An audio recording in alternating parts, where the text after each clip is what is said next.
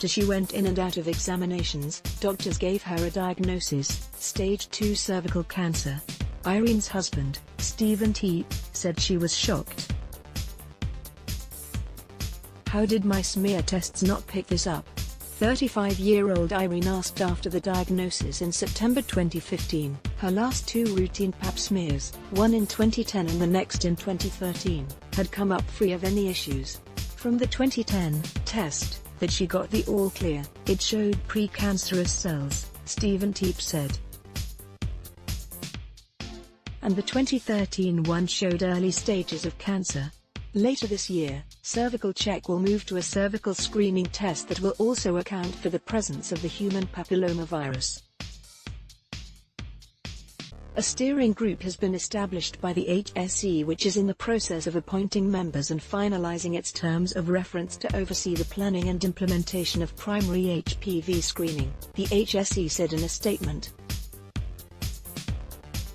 A project team is building on plans that began after Ireland's Health Information and Quality Authority recommended the switch in testing in May 2017, the organisation said. A recent study in the Journal of the American Medical Association supports expert claims that cervical HPV testing may spot cancer earlier and better than a routine pap smear. There are 2 screening tests that can help prevent or find cervical cancer early. Pap test, or pap smear, finds cell changes that may become or are already cancerous. The HPV test looks for the presence of the human papillomavirus, the cause of 99% of cervical cancers, according to the World Health Organization. About 3,000 women in Ireland have been diagnosed with cervical cancer since 2008, according to the Cervical Check website. About half of those cases were notified to the screening program, where their screening history was reviewed. Of the 1,482 women who were audited, Cervical Check found that on look-back, the screening test could have provided a different result or a warning of increased risk or evidence of developing cancer of at least 221 of them. Everyone deserves the right to know. After 8 months of radiation and chemotherapy, Irene Teep was declared cancer-free in February 2016, but a few months later, she began having backaches. The pain had gotten progressively worse, and she started losing a lot of weight, her husband said. "We went back for a checkup in September 2016 and got back a scan that said she had abscesses on her liver. 3 weeks after that, they diagnosed her with secondary liver cancer. The cells were in her lung, too." Nearly 2 weeks before Teep's death on July 26, 2017, her husband said, "The hospital received the information about her incorrect pap smear results but withheld it from her. I know the type of person Irene was and the type of person I am, and she would have wanted to know," he said. "And everyone deserves the right to know about their body and their files."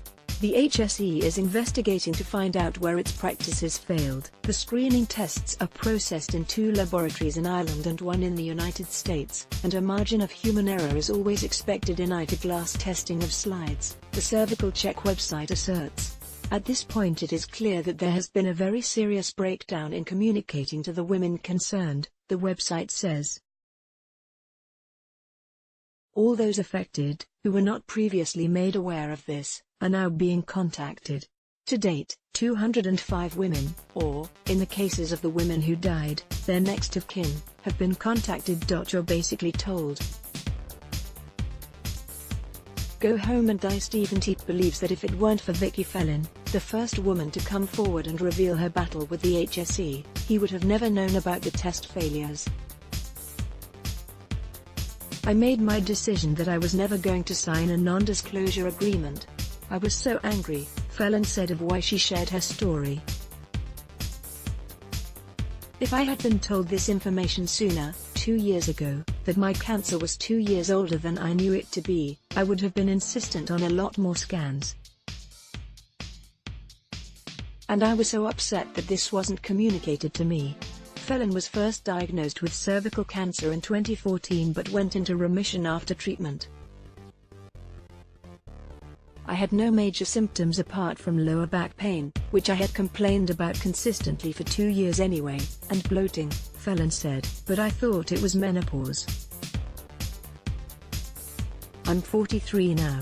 In September 2017, she went in for a routine checkup with her gynecologist, who scheduled her for a scan just to be safe. Phelan said he then told her about the audits and the possibility that she may have had cancer in 2011 but not much else. I went for my scan in November 2017, Phelan said. The results came back 3 weeks later, and they told me my cancer was back. I had a 10-centimeter tumor in a very awkward position. It was inoperable, and I couldn't get any more radiation because I had so much 4 years ago. My cancer was terminal, she continued. That was when I decided I had to take this further and find a lawyer. They had sat on this information for 3 years. After the courts awarded Phelan €2.5 million in a settlement in April, she went public with her ordeal. She said she was frustrated that she had gotten an admission of liability from the HSE before going to court, but which was struck out after. There needs to be answers for the women and the families in this situation, Phelan said. 18 women died. Women like me who are in terminal situations may well die before this unfolds. Phelan, who is on sick leave from her job at a National Center for Adult Literacy Tutors, spends much of her time advocating for the other women who are affected and campaigning for better access to clinical trial drugs for people in Ireland who have terminal diagnoses. She refused palliative chemotherapy against the advice of her doctors, who said in January that she had 12 months to live, and about 6 months without it, but she began an immunochemistry drug in April.